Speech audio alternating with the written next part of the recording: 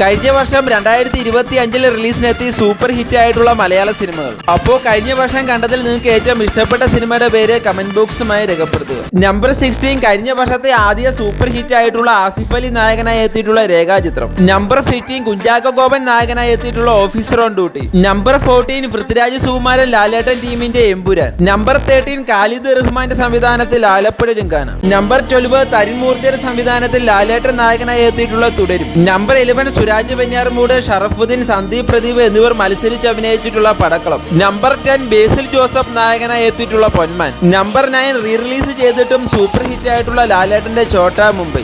Number 8 Vishnu Sai Shankar സംവിധാനം ചെയ്ത സുമതി വളവ്. നമ്പർ 7 സത്യൻ അന്തിക്കാട് ലാലേട്ടൻ ടീമിന്റെ ഹൃദയപൂർവ്വം. നമ്പർ 6 ഡൊമിനിക് അരുണിന്റെ സംവിധാനത്തിൽ കല്യാണി പ്രിയദർശൻ ഹീറോയിനായി എത്തിയിട്ടുള്ള ലോക ചാപ്റ്റർ 1 ചന്ദ്ര. നമ്പർ 5 ഷറഫുദ്ദീൻ നായകനായി എത്തിയിട്ടുള്ള പെറ്റ് ഡിറ്റക്റ്റീവ്. നമ്പർ 4 മമ്മൂക്കയെ വില്ലനാക്കി ജിതിൻ കെ ജോ സംവിധാനം ചെയ്തിട്ടുള്ള കളങ്കാവൽ. നമ്പർ 3 രാഹുൽ സദാശിവന്റെ ഡൈസറെ. നമ്പർ 2 ദിഞ്ചിത്ത് അയ്യത്താൻ സംവിധാനം ചെയ്തിട്ടുള്ള എക്കോ. നമ്പർ 1 നിവിൻ പോളി നായകനായി എത്തിയിട്ടുള്ള സർവ്വം മായ.